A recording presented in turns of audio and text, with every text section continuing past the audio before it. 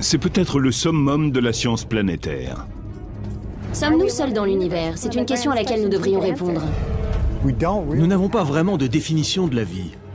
Mais quand je la trouverai, je m'en rendrai compte tout de suite. La vie peut prendre des formes très diverses.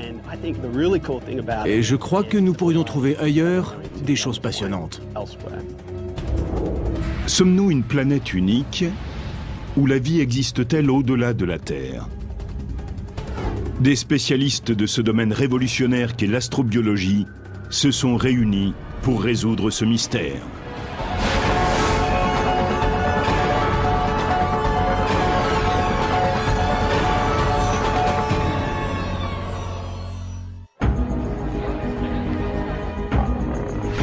La vie est-elle rare dans l'univers ou l'espace est-il un zoo galactique qui grouille de toutes sortes de créatures?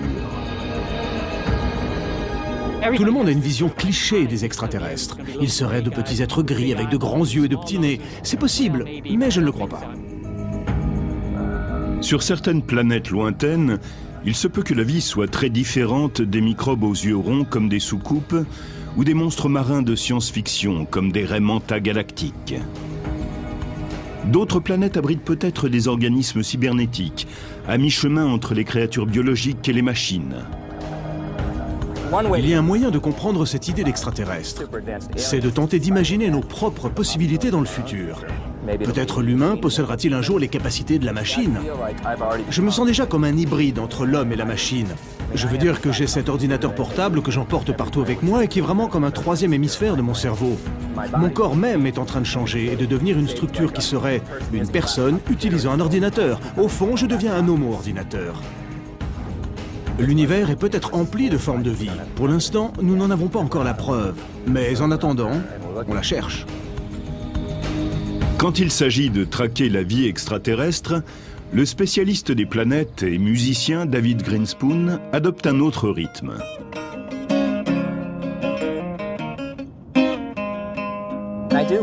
Je me demande si ces formes de vie extraterrestres feront de la musique ou quelque chose dans ce genre. Au fond, la musique, ce sont des ondes et des rythmes. Et cela correspond à la nature de notre univers. On y trouve une certaine musicalité simplement dans le fait que tout est vibration, ondes, rythme et modulation.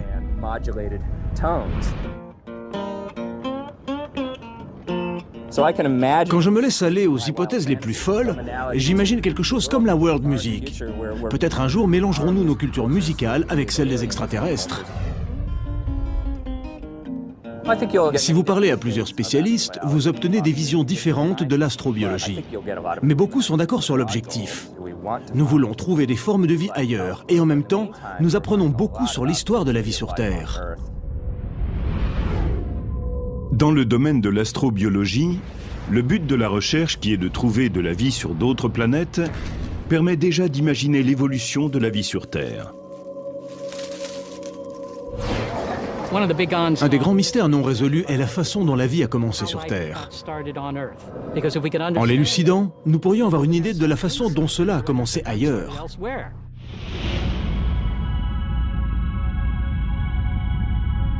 La Terre est en orbite dans ce que nous appelons une zone habitable. C'est une région de l'espace où les conditions sont favorables à des formes de vie, comme sur notre planète. Nous sommes juste à la bonne distance du Soleil, si bien que nos océans ne s'évaporent pas. La température n'est ni trop chaude, ni trop froide.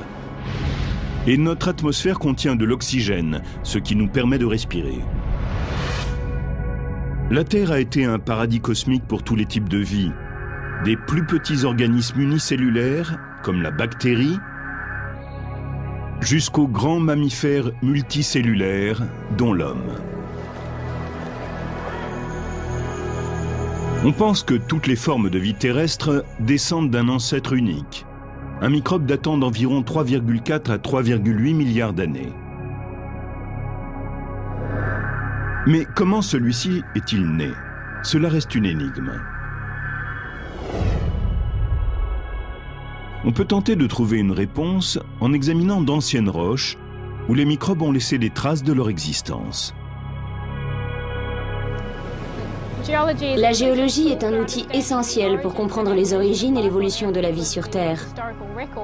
L'histoire en est presque entièrement gravée dans les pierres sur lesquelles nous marchons.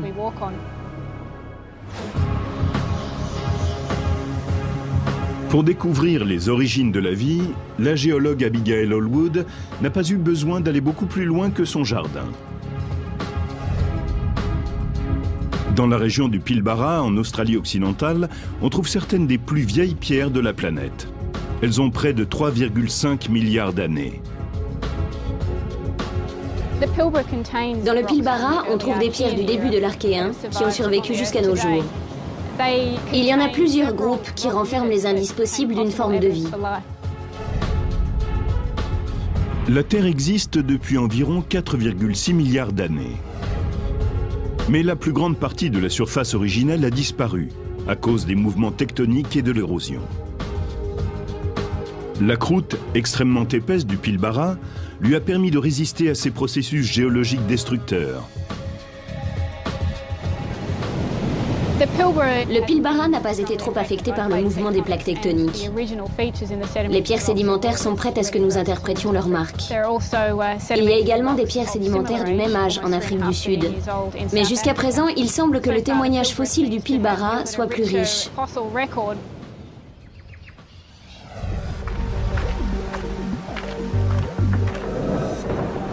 Abigail Allwood a passé plus de 3 ans dans la région, a observé certaines de ces formations rocheuses et a étudié des structures inhabituelles qu'on appelle les stromatolithes. Ce sont des fossiles d'organismes datant de 3,5 milliards d'années. Je me suis rendu compte que nous avions là des vestiges d'un ancien récif microbien. Il ne s'agit pas ici d'un récif de corail comme nous en connaissons, mais d'un récif de stromatolithes, des structures formées par de micro-organismes.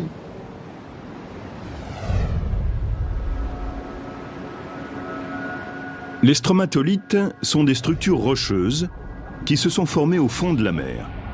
Là, de fines couches de sédiments se sont accumulées en cônes, en dômes et sous d'autres formes au cours d'une longue période de temps avec l'aide de minuscules organismes. Le stromatolithe lui-même n'est pas vivant, c'est une structure composée d'éléments vivants. Lorsqu'on en découvre un dans un gisement fossile, c'est comme si l'on trouvait une empreinte de micro-organismes morts il y a longtemps. Il est rare de trouver des microbes fossilisés intacts dans d'anciens stromatolithes. Et sans cela, il est très difficile d'affirmer qu'on tient la preuve d'une forme de vie.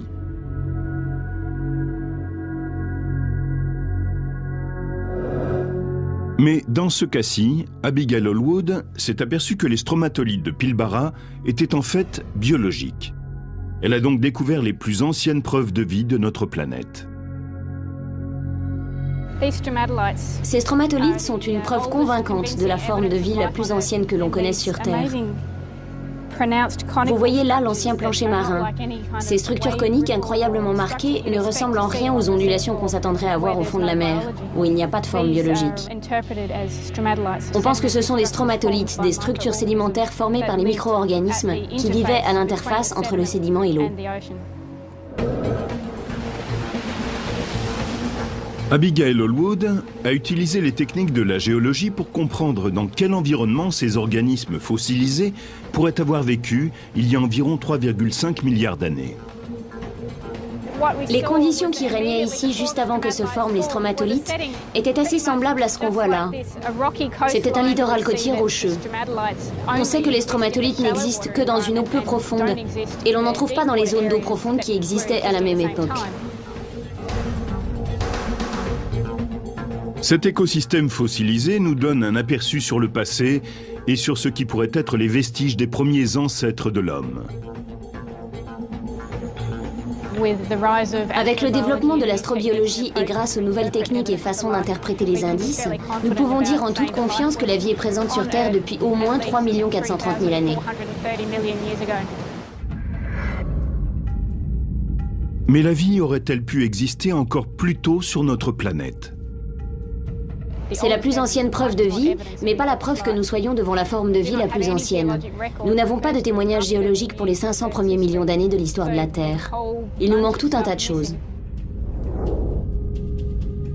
Ce que ne disent pas ces éléments fossiles, c'est la façon dont la vie s'est formée au départ.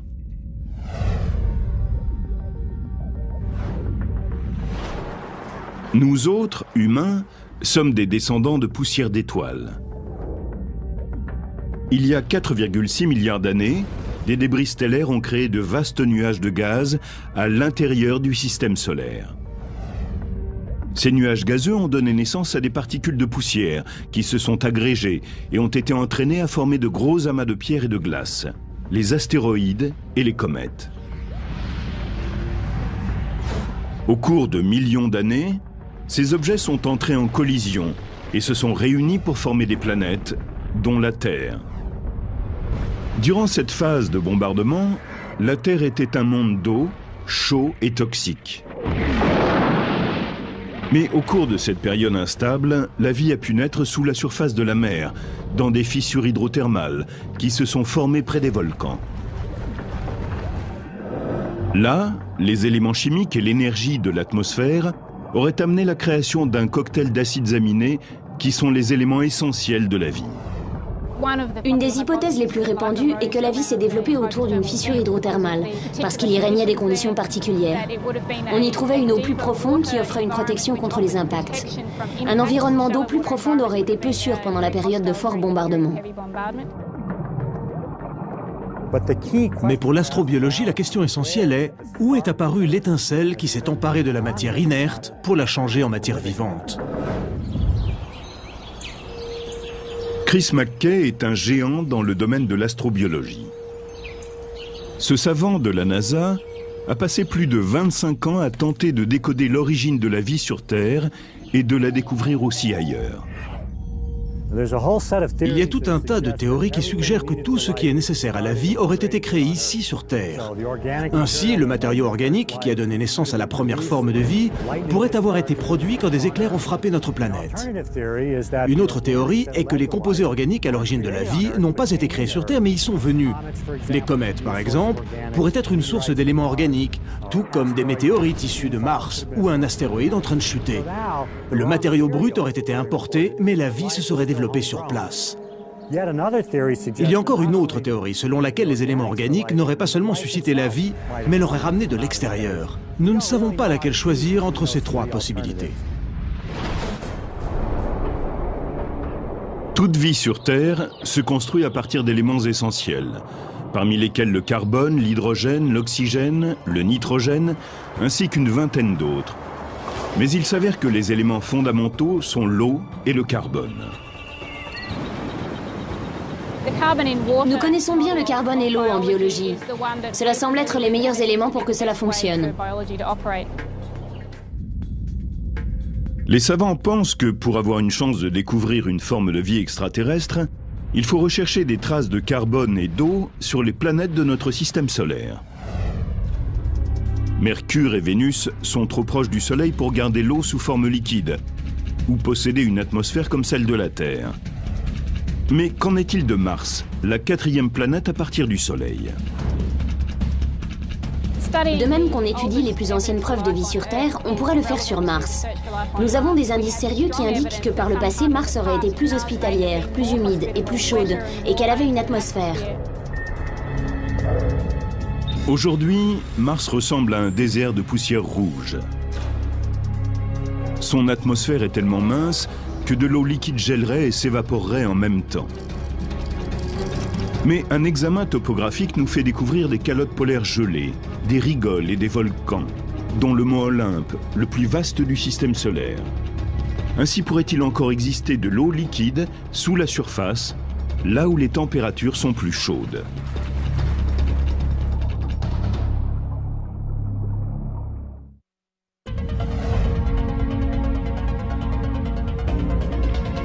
Les scientifiques pensent que la meilleure chance de trouver de la vie au-delà de la planète Terre serait d'aller voir juste à côté. Mars, la quatrième planète à partir du Soleil, abrite peut-être de l'eau liquide sous sa surface, un excellent indice pour trouver de la vie. Il peut en effet exister un système hydrothermal sur Mars, car on y trouve d'immenses volcans. Nous savons qu'il y a encore plein d'eau sous la surface. Cette source de chaleur et cette source d'eau apporteraient tous les ingrédients nécessaires au développement d'une vie microbienne. Pour mieux comprendre la géologie de Mars, l'astrobiologiste Adrian Brown explore les points chauds de la Terre, en particulier le parc volcanique national de Lassen en Californie du Nord. La raison pour laquelle je m'intéresse au parc volcanique national de Lassen, c'est que dans ces zones de points chauds hydrothermaux, nous trouvons des minéraux qui n'existent nulle part ailleurs. Les minéraux riches en sulfate que nous voyons ici dans les strates des collines constituent des zones que nous pensons analogues à Mars. Le fait qu'ils soient actifs encore aujourd'hui nous permet d'avoir une idée de la façon dont ils favorisent la vie. Des sources hydrothermales chaudes se sont formées près des volcans. À grande profondeur, la chaleur ardente des chambres de magma volcanique propulse de l'eau brûlante et dissout les minéraux dans les fissures qui courent sous la surface. Puis, ils font irruption à la surface même. La source s'entoure alors d'un trésor de minéraux chargés d'énergie qui peuvent constituer un festin pour les microbes. La source hydrothermale que vous voyez derrière moi est exactement le genre d'endroit où nous aimerions nous poser sur Mars. Ce serait idéal pour que nous y trouvions des formes de vie, ou même qu'ils soient à l'origine de la vie. Dans cette zone, l'eau est remontée par des conduits, emportant avec elle des minéraux. Elle s'est ensuite répandue à la surface et a formé des dépôts qui constituent des sources d'énergie dont les microbes se sont nourris. Adrian Brown pense que si Mars est toujours actif sur le plan volcanique, on devrait y trouver des zones hydrothermales comme celle-ci. Des formes de vie y seraient nées et pourraient toujours exister juste en dessous de la surface. Mars est cette planète rouge que nous voyons en orbite. Mais sous une fine couche de poussière, nous avons découvert des quantités de minéraux riches en sulfate. Beaucoup de spécialistes pensent qu'ils ont été créés par hydrothermie. Or, nous voyons des minéraux très semblables dans les roches des collines qui nous entourent, ici, à Lassen.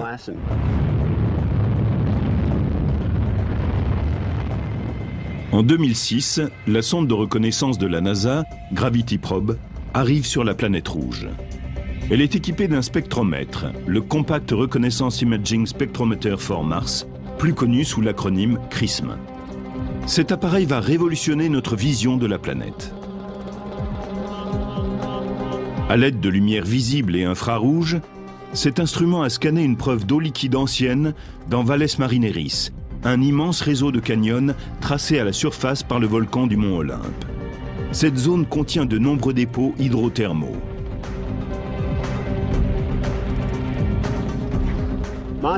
Mars ne semble pas très active en ce moment, mais il se pourrait que dans sa phase active, les eaux hydrothermales aient été chassées par les immenses volcans que nous observons aujourd'hui.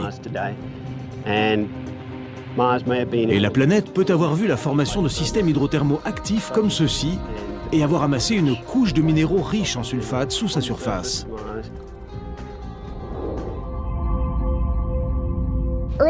Au début, Mars était plus habitable qu'aujourd'hui. La planète s'est refroidie et elle est maintenant trop froide et trop sèche pour favoriser la vie. Donc, s'il y a eu de la vie sur Mars, elle n'est probablement plus à la surface.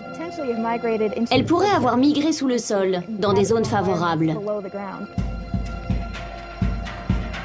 La chercheuse Jennifer Eldman est elle aussi en quête de formes de vie sur Mars.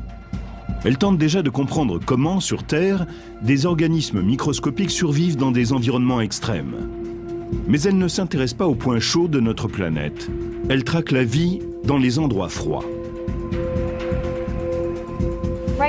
En ce moment même, dans le parc volcanique de Lassen, nous observons les dépôts des névés et nous nous y intéressons tout particulièrement parce qu'ils contiennent des algues. À la fin du printemps et de l'été, ils se colorent de rouge. Ces bandes écarlates sont en vérité des algues. Il y a de la vie dans ces névés. Nous étudions les conditions favorables au développement de l'algue des neiges et avec ces résultats, nous nous tournons vers les banquises de Mars et nous regardons si le même type de conditions pourrait exister sur la planète rouge. La mission de la NASA Mars Global Surveyor a découvert récemment des ravins martiens qui pourraient être des vestiges d'anciens névés.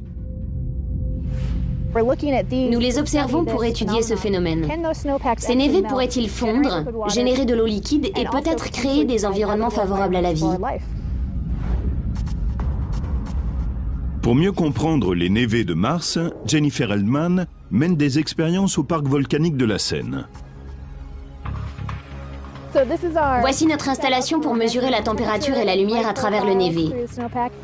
Nous utilisons cet équipement pour mieux comprendre les conditions physiques qui règnent à l'intérieur du névé et qui favorisent la survie de l'algue des neiges. Cet hiver, cet endroit sera complètement enseveli sous la neige. Aussi, avons-nous placé des capteurs sur ce poteau. Nous avons des détecteurs d'humidité ici et là.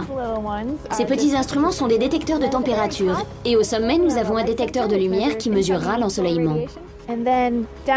Et en bas ensuite, ici dans le seau, nous avons un indicateur de précipitation qui mesurera la quantité d'eau liquide qui traversera le seau.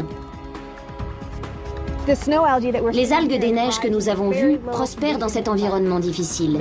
Elles se plaisent à 0 degrés Celsius et sont heureuses lorsque la lumière est faible. Elles apprécient la nourriture qui est pauvre dans le névé.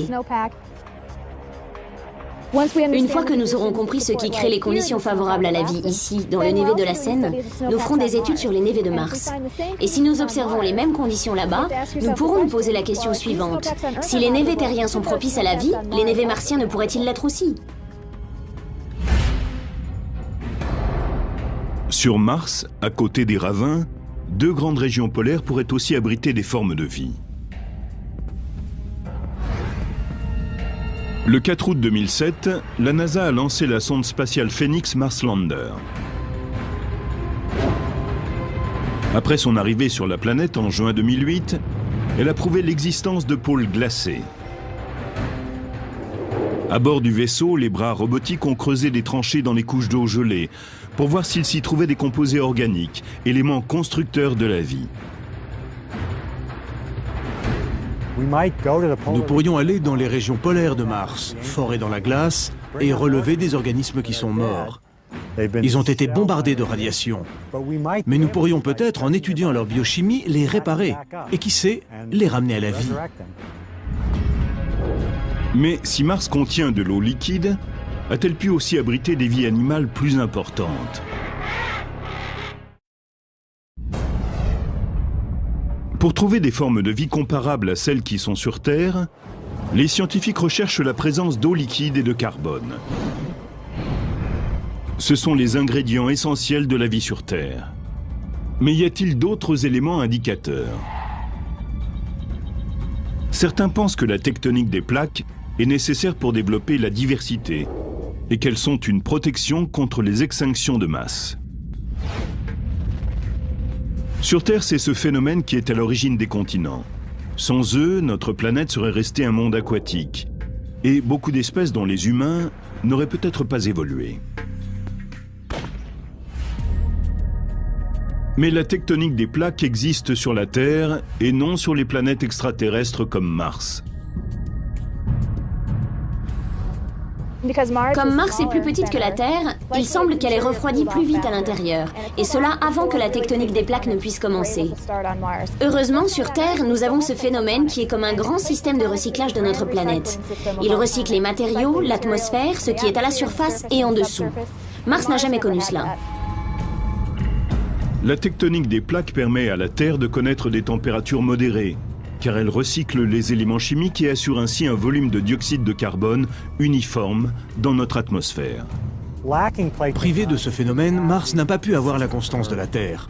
Elle a peut-être développé des conditions habitables, connu une vie multicellulaire complexe qui a disparu par la suite, parce qu'elle ne disposait pas de ce potentiel à long terme que la tectonique des plaques assure à la Terre. Les plaques tectoniques peuvent indiquer la présence d'une vie, comme sur Terre. Mais certains indices suggèrent qu'il pourrait exister un autre type de vie sur un satellite du Grand Seigneur des Anneaux.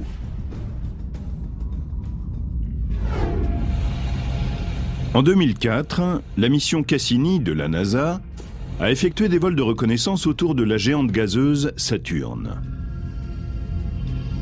Un an plus tard, le vaisseau spatial libérait sa sonde Huygens dans l'atmosphère de la plus grande lune de Saturne, Titan.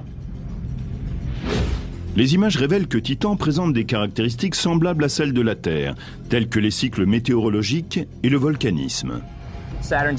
Titan, la lune de Saturne, est un endroit très complexe avec des chutes de pluie, des fleuves, des saisons et une météorologie. Elle dispose aussi d'une atmosphère complexe et d'une chimie intéressante. Ce n'est pas comme chez nous, mais des flux d'énergie, des composés organiques ainsi que d'autres formes de vie pourraient s'y développer. Les images radars ont révélé la présence de lacs liquides sur Titan. Bien qu'il soit composé d'éthane et de méthane, il pourrait avoir la même fonction que l'eau sur Terre il y a 4 milliards d'années. Titan, la lune de Saturne, est un endroit vraiment très froid, que ce soit au sens littéral ou figuré. Il y fait tellement froid qu'il n'y a pas d'eau liquide. La glace là-bas serait aussi dure que la pierre. Mais il s'y trouve des éléments liquides, du méthane et de l'éthane, donc il peut y avoir de la vie. Peut-être n'a-t-elle pas besoin d'eau. Elle pourrait survivre dans un autre liquide, comme du méthane liquide.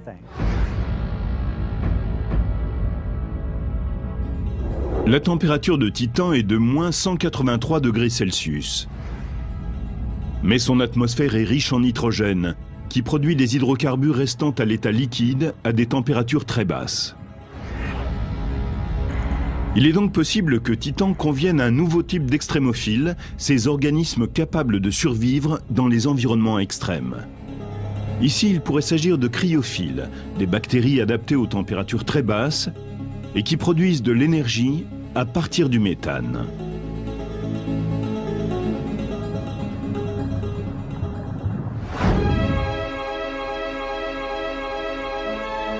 Chris McKay en a observé sous les lacs couverts de glace de l'Antarctique.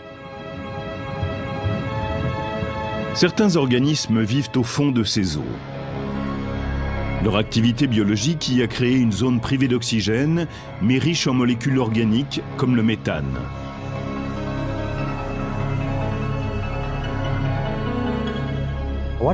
Il existe dans l'Antarctique un écosystème intéressant, ce sont les lacs gelés. Ils sont recouverts en permanence d'une couche de glace d'environ 2,50 m d'épaisseur. Sous la glace, il y a de l'eau sous forme liquide. Il n'est donc pas surprenant qu'on y trouve des algues et des bactéries. Comme l'Antarctique, les lacs de Titan peuvent aussi abriter des organismes extrêmes qui survivraient grâce au méthane. Et Titan n'est peut-être pas le seul satellite où il y ait de la vie. En 2003, la sonde spatiale Galileo de la NASA a pris des images d'Europe, le satellite de Jupiter.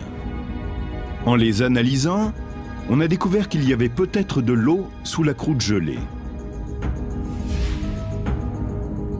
Les scientifiques pensent qu'Europe possède un océan de plus de 75 km de profondeur. On y trouve aussi des signes d'activité volcanique. L'eau gelée pourrait être réchauffée au fond de l'océan par des conduits volcaniques jusqu'à devenir liquide. Cela favoriserait la production d'éléments chimiques nécessaires à la vie. Nous avons des preuves très convaincantes qui montrent que sous la surface glacée, il y a un océan, de l'eau et peut-être de la vie. Nous savons également qu'il y a des sources d'énergie possibles sur Europe. Tous les ingrédients sont donc là pour développer des formes de vie. Europe est recouverte d'une couche de glace qui peut atteindre jusqu'à 9 km d'épaisseur. Il est donc peu probable qu'un vaisseau spatial soit en mesure d'atteindre cette eau liquide dans un avenir proche. Il serait réaliste de lancer une mission vers Europe pour chercher une trace d'organisme qui serait remontée à la surface à travers les failles et s'y serait déposée. Ces organismes seraient morts, mais ils auraient eu une existence biologique que nous pourrions étudier. Notre système solaire est rempli d'endroits intéressants. Dans notre quête de la vie, nous ne devrions en exclure aucun avant de l'avoir exploré à fond, car nous ne savons pas exactement ce que nous recherchons.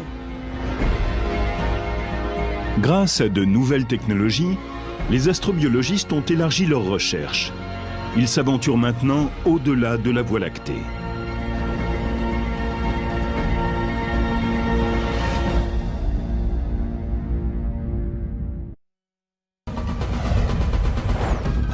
L'astrobiologie repousse les frontières de la science moderne. Les chercheurs disposent maintenant d'outils qui leur permettent de localiser les exoplanètes, car il existe des planètes, comme la Terre, en dehors de notre système solaire. Les exoplanètes doivent réussir plusieurs tests avant d'être susceptibles d'abriter une forme de vie. Et plus important encore, elles doivent être dans la zone habitable d'une étoile centrale, comme le Soleil, pour posséder de l'eau liquide. Notre étoile est juste comme il faut. Elle n'est ni trop chaude ni trop froide et nous sommes juste dans la zone idéale pour qu'une forme de vie puisse se développer. En 2008, la NASA décide de lancer le télescope spatial Kepler pour rechercher des exoplanètes de la taille de la Terre. Il est équipé d'instruments capables de détecter ces exoplanètes en mesurant le changement de la courbe lumineuse d'une étoile, changement qui intervient lorsqu'une planète passe entre l'étoile et le vaisseau spatial. Geoff Marcy est l'un des plus grands chasseurs de planètes du monde. Nous estimons qu'il y a 50 milliards, ou peut-être 60 milliards de planètes comme la Terre, rien qu'à l'intérieur de notre galaxie, la Voie lactée. Et rappelez-vous que notre Voie lactée n'est qu'une des 100 milliards de galaxies qui lui ressemblent plus ou moins. Donc, le nombre de planètes comme la Terre dans notre univers est quasiment impossible à compter. Mais localiser une exoplanète ne représente que la moitié du combat pour un astrobiologiste. Au cours des 20 prochaines années, la NASA compte lancer le Terrestrial Planet Finder. Ce système de télescope spatial très sensible pourra déceler si une planète possède des gaz comme la vapeur d'eau, le dioxyde de carbone, le méthane et l'ozone, qui sont nécessaires pour qu'une forme de vie comme celle qu'on trouve sur la Terre puisse se développer. Une fois que nous avons cette image, nous pouvons en extraire la lumière de la planète, en disséquer toutes les couleurs ou longueurs d'onde, bleu, vert, jaune, rouge et même infrarouge, et les analyser pour avoir la composition chimique ou peut-être même biologique de cette planète. Nous pourrions trouver des signes de vie sous des formes variées, par exemple de l'oxygène. Quand il s'agit de produire la vie à plus grande échelle comme sur la Terre, une planète ou un satellite ont besoin d'oxygène. Il y a 3,4 milliards d'années, les organismes unicellulaires représentaient la seule forme de vie terrestre. Mais en absorbant l'énergie du Soleil, cette vie primitive a produit un pigment vert appelé la chlorophylle. Celle-ci a généré la photosynthèse, un processus chimique qui convertit le dioxyde de carbone et l'eau en énergie et rejette l'oxygène comme un déchet. Les organismes unicellulaires ont évolué en cyanobactéries, une des formes de vie les plus anciennes sur Terre. Les cyanobactéries ont rejeté de grandes quantités d'oxygène dans les océans et dans l'air.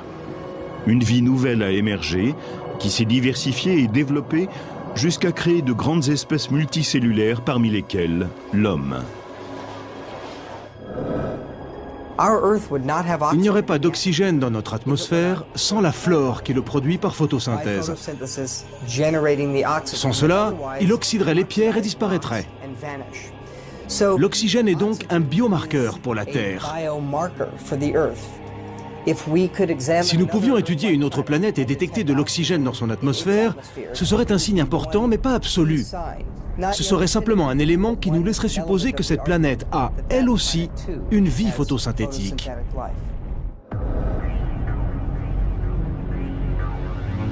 Au centre de recherche EMS de la NASA, l'astrochimiste Lee Babbitt et ses collègues cultivent sous serre des écosystèmes contenant de l'oxygène.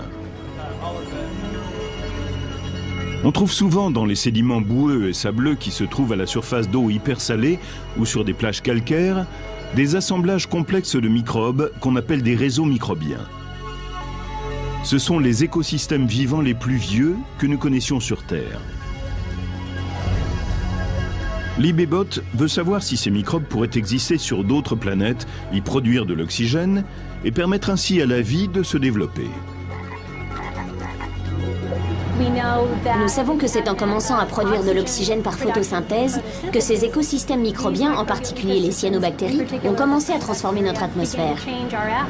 Nous voudrions bien savoir comment cela s'est produit, comment a eu lieu la transition, comment ces microbes se sont adaptés et dispersés pour finalement donner naissance à autant d'espèces sur toute la planète. C'est important pour que nous sachions ce que nous irons chercher dans des endroits comme Mars ou d'autres planètes extraterrestres.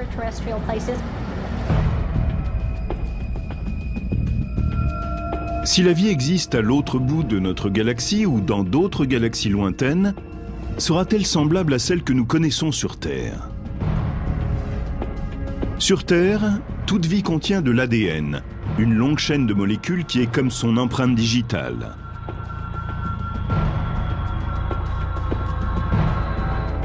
Elle permet à la vie de se reproduire et d'étendre ses activités. Mais existe-t-il des alternatives? Ailleurs, peut-être la vie est-elle elle aussi basée sur le carbone et l'eau, mais sans avoir besoin d'ADN. Peut-être utilise-t-elle un type tout à fait différent de molécules pour stocker l'information. Ce serait très intéressant à savoir. Et pourrait-il exister une forme de vie qui n'aurait besoin ni d'ADN, ni de carbone, ni d'eau? Il se peut que notre planète soit finalement ridicule comparée à d'autres. Peut-être certaines sont-elles beaucoup plus avancées que nous.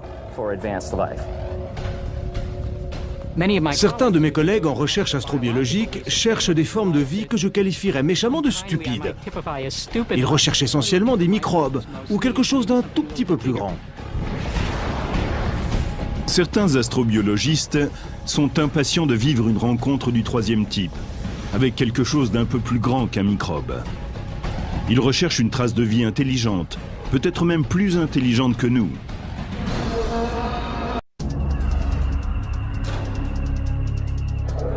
Cette quête va au-delà du royaume des bactéries visqueuses. Une équipe d'experts en astrobiologie veut établir un contact avec quelque chose de plus grand. Bien sûr, le programme SETI recherche une forme de vie intelligente extraterrestre. Mais elle ne doit pas seulement être intelligente, elle doit avoir également des compétences technologiques. L'Institut de recherche d'une intelligence extraterrestre, connu sous le nom de SETI, utilise la technologie radio pour capter des émissions de civilisation extraterrestre. Se basant sur le principe que les humains ont besoin de communiquer, on pense que des populations extraterrestres pourraient, elles aussi, vouloir diffuser un message. Nous essayons de traquer des signaux, soit des ondes radio que nos antennes capteraient, soit des rayons laser lumineux. Ils pourraient utiliser de grands lasers pour envoyer des ondes lumineuses dans notre direction. Je ne suis pas un homme, je suis un microbe. Je suis aussi Seth Shostak de l'Institut SETI, dont la mission est de comprendre la nature et l'origine de la vie dans l'univers. Je suis Molly Bentley, bienvenue à l'émission Sommes-nous seuls? Nous vous rappelons qu'il y a plus de formes de vie que celles que vous voyez dans un zoo. À l'Institut SETI, l'astronome Seth Shostak anime une émission de radio régulière qui est ensuite podcastée. Où est-ce qu'on fichera le camp avec ces microbes? Tu en as déjà pas mal sur toi. Mais écoutons les microbes extraterrestres. Shostak diffuse des informations scientifiques destinées aux terriens, aussi bien qu'à d'autres civilisations avancées qui auraient l'idée de l'écouter. Merci d'être avec moi aujourd'hui, Cynthia Phillips. Nous aimons tellement la radio que nous avons démarré une émission hebdomadaire. Et nous diffusons largement maintenant.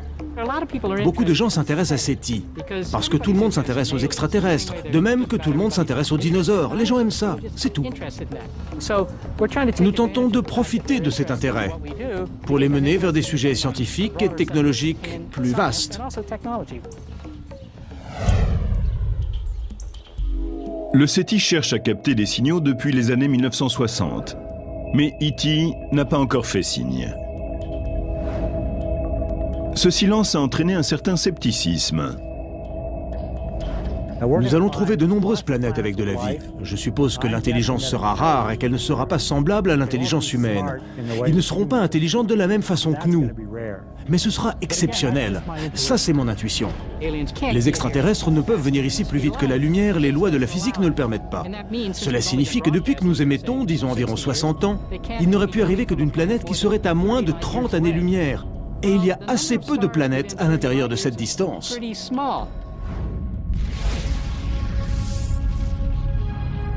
Notre univers est vieux de plus de 12 milliards d'années. La Terre n'existe que depuis 4,6 milliards d'années. Il y a donc des planètes qui ont des millions et même des milliards d'années de plus que nous. Et s'il existe des formes de vie au-delà de la Voie lactée, elles pourraient avoir des millions ou des milliards d'années d'avance sur nous.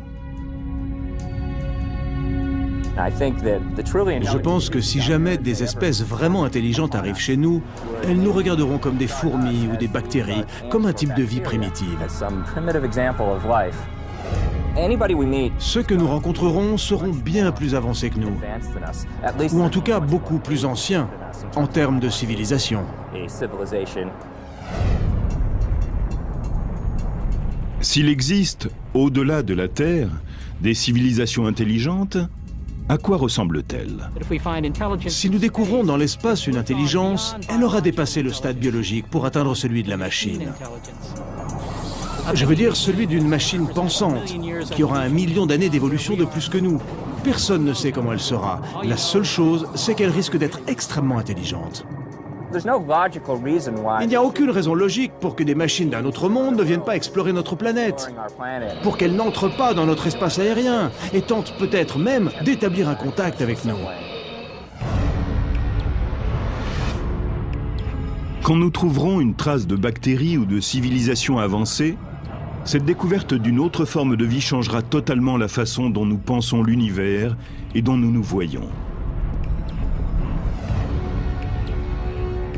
Ce domaine reste l'une des plus grandes énigmes de tous les temps.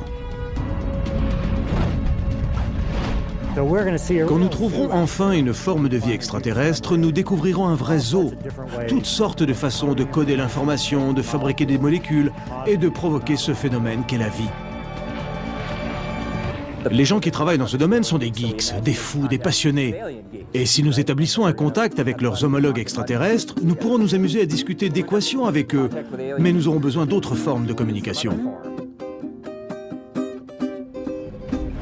Nous ne vous connaissons pas, mais je vous remercie par avance d'établir un contact avec moi.